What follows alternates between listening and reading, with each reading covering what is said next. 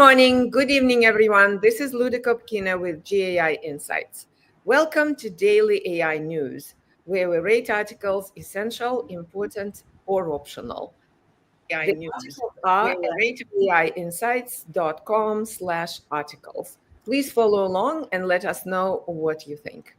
Today, I have Paul, Ankaj, and myself, and John will join us momentarily from the airport, boarding a plane soon. All right, let's start with the first article. Ankaj, please. Sure, thanks, Luda. So the first one that we have for today comes from OpenAI, and they have introduced their agentic browser called ChatGPT Atlas. Yes. So this is, I think, essential news because it will change how the enterprises and how individuals work. It enables, so it's a new browser, and the web and the search and the actions are really seamless. And so you can browse and analyze as you are searching, and you can spawn agents. And OpenAI put a lot of privacy and control in the control toggles into the flow, so you could experiment what's the best way for you to operate this. But this has major implications on the industry throughout. So it's only for macOS today, but across all the layers. And Windows and Android are coming soon. So probably like in a couple of weeks, that's what they're saying. So I think it's essential. What did you think about this, Ankaj?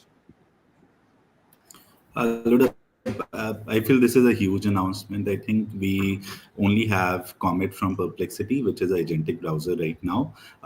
And according to some of the reviews that I have been reading, so I don't have access to it now because I'm a Windows user, but reviews are already saying that Atlas is much better than the Comet from Perplexity. In addition to that, I would say ChatGPT has 800 million users right now, right? Even if 10% of those, they shift to Atlas in the next month or 2 months, or let's say even 6 months, that's 80 million users, right? That's the entire user base of Firefox right now. So I would say it's a huge announcement. It will definitely change the way we work with browsers and how we work with ChatGPT as well. So essential from my side. Yeah, and it will change the workflows, I think, in the enterprise, because you can now integrate it into any step of the workflows and get more data and whatnot. So it's really important change, massive change coming up. What did you think, Paul? Oh, yeah, it clearly essential here. I'm dating myself, but in the early days of the internet, we had the browser wars, which were breathless a while there. It was Netscape, and then, Microsoft, and Netscape had this new feature, and then Google came out of nowhere. So we're re-entering that phase here. And I think for CIOs, this is critical because, remember, shadow IT, at least from our research on ChatGPT, is huge out there. I've been using Atlas for the last 12 hours because I've used a Mac. It's very powerful. It's once you start using it, you start seeing it. And as soon as you use your existing ChatGPT, it pops up a window and says, hey, do you want to try Atlas? And then when you hit Atlas, it copies everything you have in Chrome over. So I used it for about 2 hours yesterday, and only a few times, like when I was going to LinkedIn, did I have to like read and put in the credentials. So I think that's browser wars are starting. I think second is that it has huge implications on security, because I suspect OpenAI may, as usual, be driving 65 and a 55 and may not have all the security things here. So CIOs need to be aware of that here. And then third, and in Akash, I know you and I talked about it, it really starts helping you understand with collaboration with an AI agent and team starts looking at it. So instead of like going over there, the ChatGPT, I'm already in my browser window. I've got ChatGPT commenting on in this column they have, and you want sharing it. So to me, it really visually helped me understand how quickly we're getting to team-based and gender collaboration within a browser here. And, and I suspect OpenAI, as usual, is going to be able to innovate faster than Google. So Google's going to come out with something like this, I'm sure. It'll be 6 months later, but absolutely essential. Yeah, and I think it will push Perplexity and Google and all the major players. I think Perplexity's dead. I think Perplexity's comment is dead. Even Perplexity Research, I moved away from it. And, because browsers are a distribution security game in the corporate space. Well, John, you just joined us. We are talking about Atlas introduction by OpenAI. What do you have any thoughts? And we rated it essential. Any thoughts? Yeah. It's no question it's essential. It's the front door. I think we've been predicting for some time that conversation is going to be the new front door. It's not going to be a Google search. And Google's already there. And I agree. Perplexity is going to have a hard time, and absolutely essential. It will probably merge. Perplexity will have to merge with another big player. I'm not sure. Apple should buy them or Google should buy them. That's what's going to happen with those guys. That's what's going to happen. Yeah. Okay. So let's move. Essential it is. Let's move to the next one.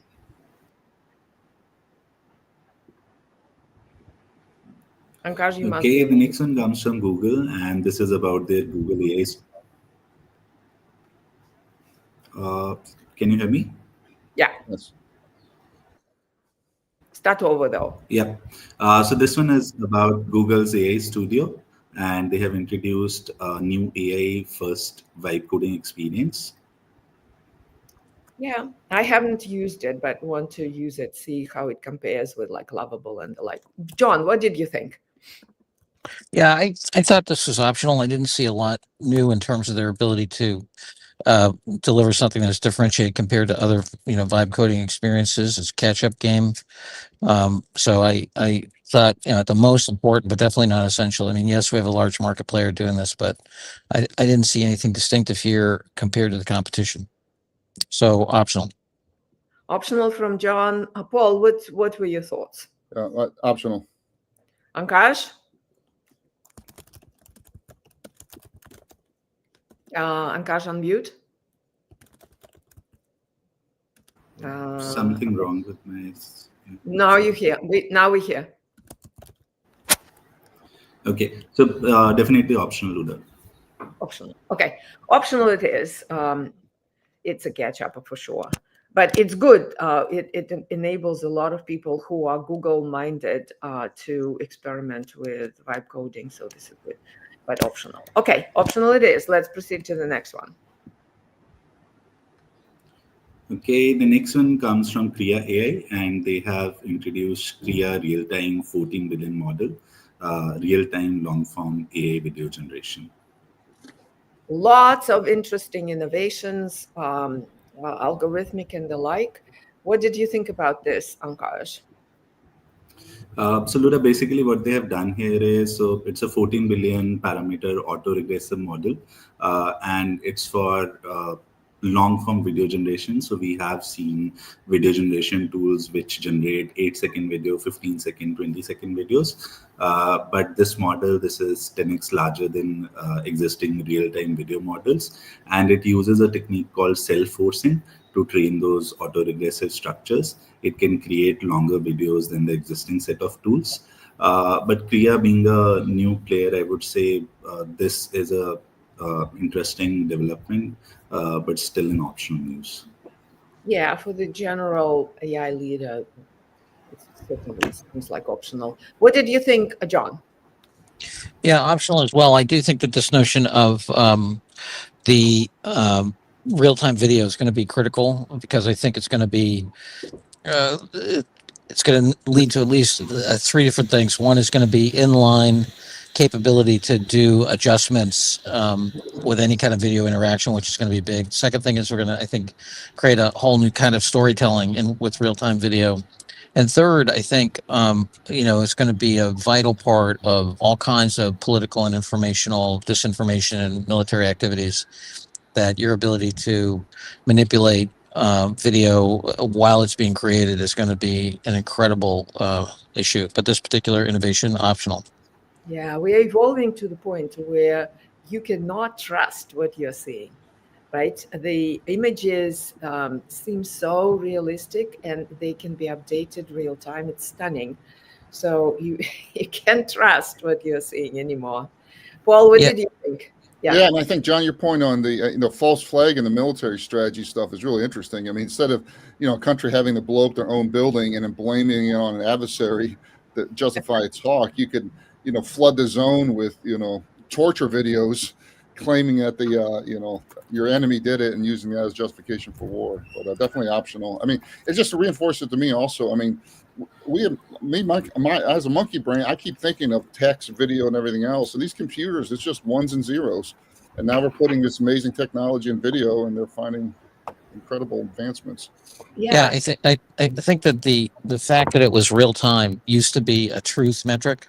Like, hey, I'm watching the Eagles play the Patriots, and it's only happening now. Yeah. That's with this new stuff. That's no longer the case. It can be happening now, and you can still manipulate it. Yep. Maybe that's how they broke into the Louvre. They use real time security, and it looked fine. No, but this is a huge model that wasn't possible before.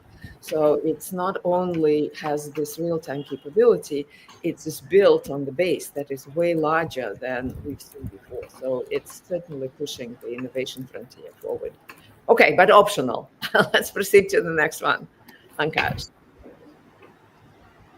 Okay, the next one comes from HBR, and it is titled Why Agentic AI Projects Fail and How to Set Yours Up for Success. Yeah, this was mine. It is written by a Gartner analyst, and the premise is that there's so much hype about agents, and there is some leaders that allow the use of those agents indiscriminately in the enterprise. And as a result, in 2027, 40% of these agentic projects will be canceled. I find this premise totally off, wrong. And then the article proceeds to give us advice of what not to do and what to do. And to do is almost like platitudes that we've seen in pretty much any paper on AI, how to adopt AI in an enterprise. Strategic look, value creation. Think about where it's appropriate for multi-flow across the functions, dynamic environments. So find the places where agents are useful and only implement there. For the rest, implement other techniques, not agentic techniques. So I find this article pretty light, and the premise is wrong from my perspective. So I would not forward it to anybody. I put it as optional. What did you think, John? Yeah, super optional. I was really disappointed in this. Gartner's a great firm, but man, this is just baloney. Not only is it platitudes, but we're working with people who are actually deploying agents. This has none of the relevant stuff in it. I mean, and you would think from Gartner, you could have something like, oh my goodness, if you're going to deploy this in an API, in a large enterprise, you have to be API smart, or, hey, these agents have to, sit within your security architecture. And hey, how do you think about, doing agent, maintenance in the context of API maintenance? Are they going to be internal and external? All kinds of stuff that we know a lot about. And this is just platitudes and completely. This is really, really disappointing. We need a new category, which is not only optional, but you shouldn't read it because it's going to make you stupider. Yeah, John, we call it thought slop. Maybe thought word slop. But I don't know why HBR let it through. That's another question. We go back and talk to John. I think they're desperate for GenAI content because they know it's driving page views and they lower their standards. So, Ankash, we're going for optional. Optional, Ruda. Yeah, optional it is. Let's proceed. And yeah, it's disappointing. All right. What's the next one? Okay, the next one comes from Menlo Ventures, and it is titled The State of AI in Healthcare. Yes, a pretty serious data-driven report. What did you think about this, John? Yeah, I was between important and essential in this one. I already sent it out to a bunch of my friends in healthcare. Yeah, this is well researched. I think it's an important finding, which is that we have, we're seeing the adoption by healthcare at I think 3 times the rate of before. Healthcare has been a massive laggard, but here they're not. And we're seeing it at the payer, the provider, and biopharma and device level. I mean, this is a very important trend. It's 20% of the U.S. economy, and technology is flowing to where we need productivity the most, and this is the place in the entire economy we need productivity the most, with a possible exception of the military, which is bloated and doing all kinds of crazy stuff. But yeah, I mean, I think I'm really on the fence.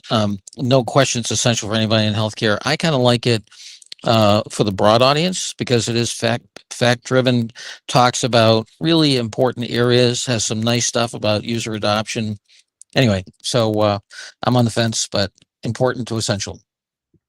Yeah, I was essential on this one. Menloveches usually comes in with analyzing the startup game and pointing out what the landscape is. Here they do that, but they partnered with a research group that actually surveyed a pretty large number of healthcare providers and payers and put together very serious data blocks and explaining to us which areas are going fast, which areas are coming up, the fact that which startups are gaining momentum, how switchable people think that they can be in those areas. So there's a lot of information, and I think it's a lagger. Usually, healthcare is a lagger, and here it's a quite significant acceleration of AI adoption. I found it essential. Paul, what did you think? Yeah, I was, usually industry specific things are important. I support the essential mainly for the reason, I certainly agree with the thing here, but I think for an AI leader, part of what you're doing, and you're still, part of your job is getting the hearts and souls of the other executives. And the nice thing about healthcare is that gets it. And, it gets to the personal stuff. And oh my gosh, if it's changing over there, particularly for industry that's always been the caboose on adopting. And for a whole bunch of reasons, we're not seeing that on this wave of technology. So essential's fine. Okay. Ankash, we're going essential on this one. Essential. I think there's another reason this might be essential, as John mentioned. So all these use cases and the quantitative outcomes that they have highlighted, right? If they can succeed in healthcare, which is a very sort of critical industry, what is stopping other industries to utilize these GenAI tools from improving outcomes in their industries? Yeah, they're crucible, right? Block. And, right. Yeah. But having done a startup in healthcare, let's remember that the U.S. healthcare system doesn't care about outcomes; they care about reimbursement. So it's really healthcare reimbursement is what the industry is, not keeping people healthy. Yeah, that's true. Okay, so essential it is. Let's proceed to the next one. Okay, the last one that we have for today comes from Microsoft, and it is a case study which is titled Breaking New Ground, How Balfour Beatty is Using Copilot to Drive Productivity at Scale. Yes. Ankash, this is a use case. Could you please overview it for us or review it for us? Sure, Ruda. So basically, this firm, they are a major UK infrastructure and construction firm. They have around 27,000 employees, and they have introduced or rolled out Microsoft 365 Copilot across their UK business. And they have seen improvements from staff, which is the typical improvements that you see while using any of these new tools, right? Less manual effort in finding data, quicker responses to client queries, etc. And they have conducted a survey which says that 75% of employees feel that Copilot improved their work. But I was optional on this, Luda. This is a simple rollout of Microsoft 365 Copilot. And all the outcomes that are mentioned here, they are more from a survey perspective or individual employee accounts, and not something which has been done at the company scale like an agent or something like that. So optional for that reason. Yeah, and no impact, no implementation path. So really, yeah, you're right. Really, the rollout of Copilot to the troops. What did you think, John? Yes, optional for all the reasons Ankush said. Paul? Optional. All right. We are speedy today. Optional it is. So we are at the end of the articles. Any news announcements, Paul? Yeah, a couple. Tomorrow we have our weekly free ChatGPT training. We did 101 yesterday on Copilot, which is very well attended and very well received. And tomorrow we have another one on ChatGPT. So every Tuesday and Thursday at noon Eastern, 9 Pacific, and whatever that is in UK time, makes maybe 6. Join us there. Second is our team's polishing up an AEO primer for executives and CMOs and what exactly it is and why they care. And that should be published publicly here soon. And we're starting to do some work on a Google Gemini Enterprise overview as an explainer as well. Great. Thank you, Paul. Anything, John, to announce? Nope. Okay. So we have today 2 essentials and the rest are optionals. So thank you all for listening, for participating. Ashish, thanks for your comments. You've been productive commenter this morning. Thank you. And we'll see you all tomorrow.